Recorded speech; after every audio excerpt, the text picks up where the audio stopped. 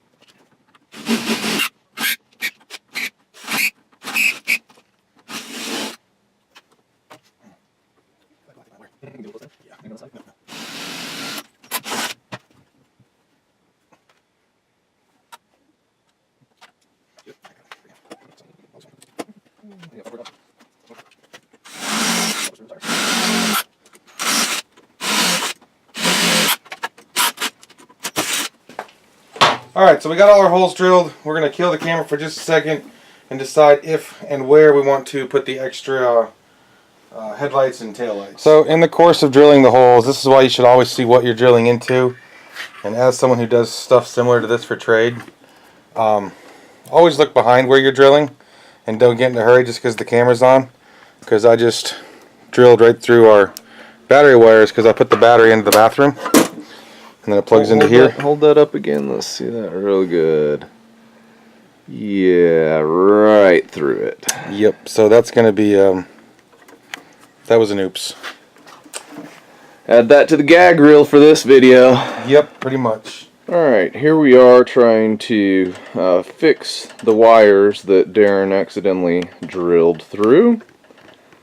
As we got into it a little bit closer, as I zoom in on these wires here, you can see it actually cut through both wires clean. So we needed to clean them both up and tear them apart, and now we're gonna solder them back together.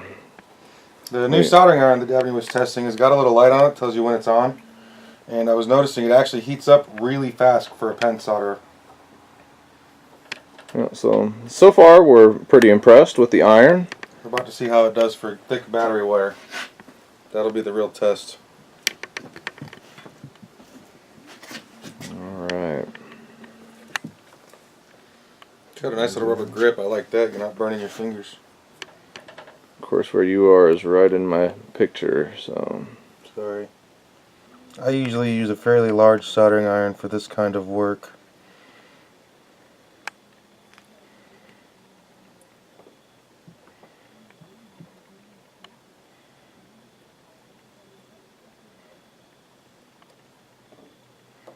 How's it seem to be doing so far? Is that little tip able to heat up those thicker wires? Kind of in sections. Mine I would normally... And we're kind of sticking to it. That's not so good. That basically means that it was heating up an area, but not enough to heat up all the solder. Now that it's connected, we're kind of... We may have to get my big soldering iron to get this off of here.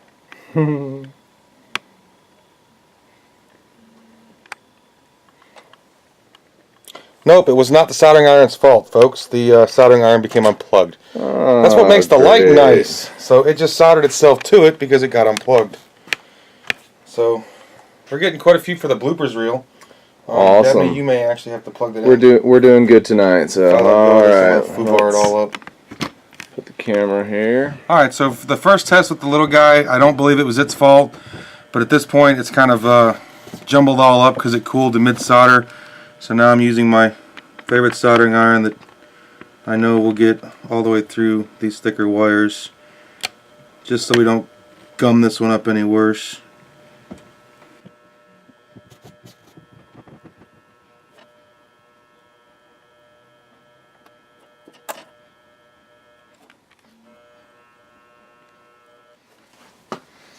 It's a good thorough connection.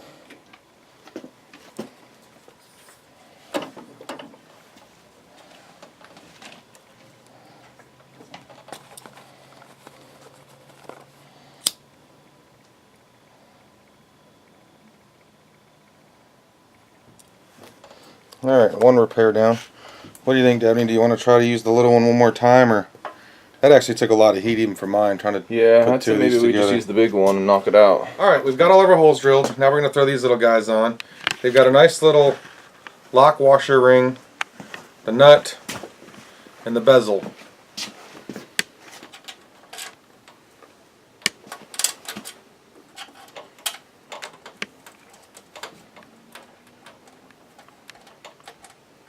And by the way, we did go ahead and disconnect the body from the chassis. We figured it'd be a little bit easier to work on, and so we took that apart and we're just working on the body itself right now.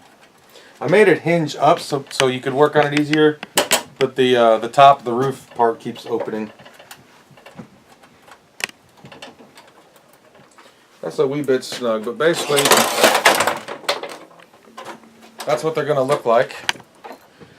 Because this could be a little bit of a painstaking process. we'll probably just kill the camera, show you what it looks like when they're all done, and then we'll start wiring it all up. Alright, sounds good. All the bezels in. We took the front marker lights section off because it was really hard to get up in there, but this is a good shot of what it looks like from the back side. Nice and clean look, and very cool from the front side. They stick out, for the markers, they stick out a little further than I was hoping. I wish they were a little more flush. But for everywhere else, they look really cool sticking out. And it adds a little bit of chrome bling to our project. See, we're going to go with double tail lights. We drilled an extra hole for that, and I got them a little uncentered, but they were both the same amount, so it actually looks on purpose. So we're going to go with on purpose. And you can see we're going to run one headlight and then one running light. We thought about going with 2 headlights, but just to keep it all on the same nostalgic level, we're going back with what was there already. So a marker and a headlight. Alright, sounds good. So from here we're going to take it and get all of our lights in place where we want them and get it to the point where we're ready to start doing some soldering. Alright guys, so just a quick update on here. We've pulled some of the wires through. We've done a couple different things. We've wired up the tail lights. So you can see we got 2 in the back here and we got 2 over there. And then we have one set of wires that's actually coming from the cabin itself, and we decided to put a yellow light inside of the cab of the vehicle. And that way it's going to light up yellow in there. It actually looks really sweet in the dark, very scale. So kind of looks old school, 12 volt, you know, driving down the road, kids are playing in the back. Yeah, so looks pretty cool, and then we'll just show you here what once it's lit up, what it looks like. So here's your lights in the back, coming along really nice so far. So just wanted to give a quick update. We're gonna continue throwing these lights together. Alright guys, just wanted to give one more update real quick. We've done a lot more of the wiring. We got this head unit all wired up here. You can see we've got all the yellow lights, and then we've tied in to a light that we're running through the interior all the way to the back. It's going to be a lot cleaner for our wiring. And then we'll show underneath as we get to it. We're just about to finish off the rest of our wiring. We've pretty much got everything in place. We've got one more solder to make on the bottom, and then we'll have our wiring complete and we'll be able to test it out and see how it looks. So it's coming along very nicely. Alright guys, so here we are back again, and we're just working on our very last solder joint here. So Darren's working on lining it up. As you can see, we've got wires that have come out here from the front. We have our main lead that's going to run to the receiver. We have this line that's running back here to the back. And as you can see, Darren's just tying this one in right here.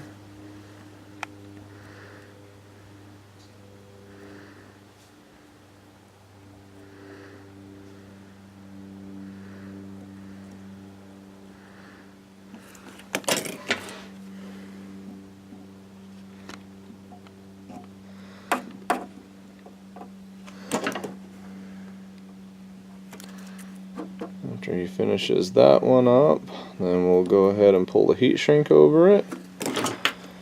And then we're using some hot glue to just hold the wires in place with everything. So When you've got this many going into one, we use 2 different size heat shrinks. One to go over the actual wires, and then one to kind of give it some stability so they're not being pulled on by accident or something. We ran the extra wire so we could get in the middle of the chassis away from the tires. We don't have tons of ground clearance underneath the body itself.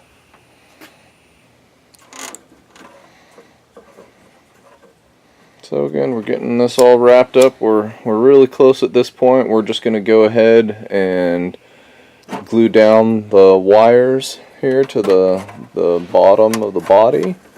And once we get that done, then we're going to put it all back together and plug into our receiver and see what we've got from there. So we'll be back with you guys here in just a minute.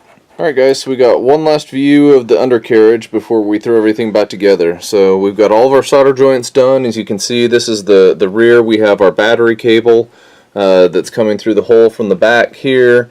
We also ran the wire from the front of this body all the way to the back. It made it a lot easier because we could run it through the interior and keep it hidden a lot easier inside.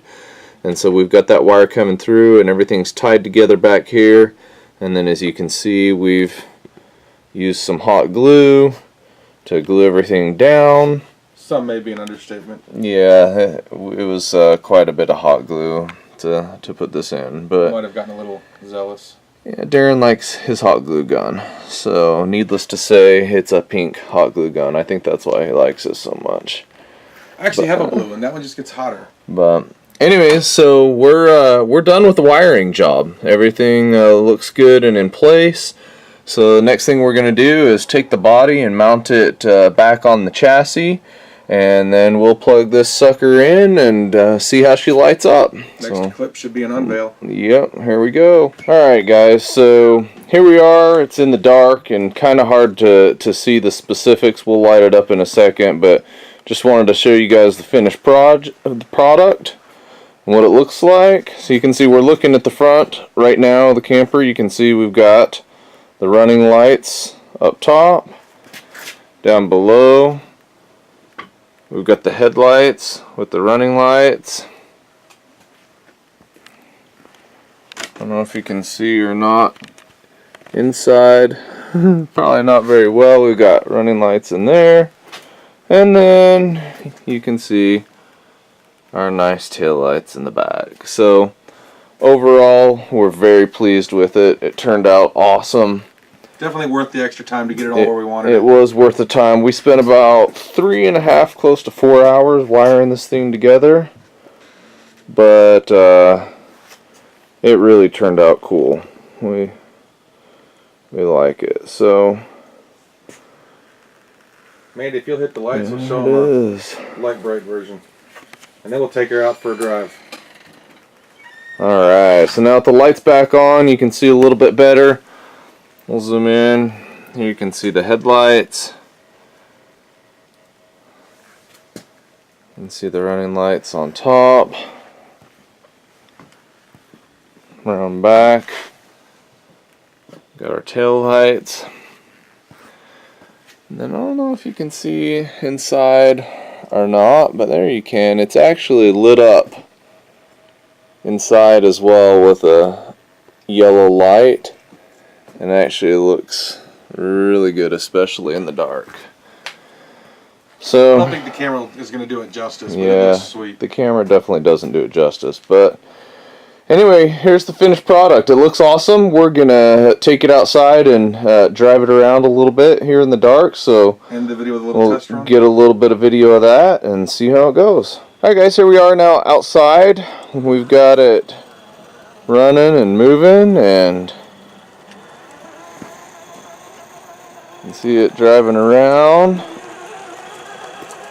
Shameless plug of your Jeep. Driving underneath the Jeep. I'm losing sight of it a little bit. Oh, you can get a good shot of the lights right there. You can see the interior lights really well. Probably can't see it on the camera though. Can't see it all the way from here, but it is cool. You can see the headlights really well. So here it is driving back at us.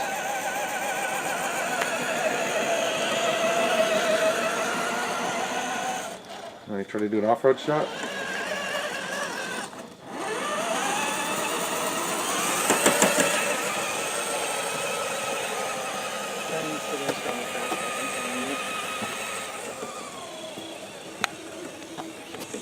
And you gotta switch gears. That was the wrong gear. Turn it around and bring it back this way. Four-wheel drive, baby. Switching into four-wheel drive. Look at this thing coming back at us.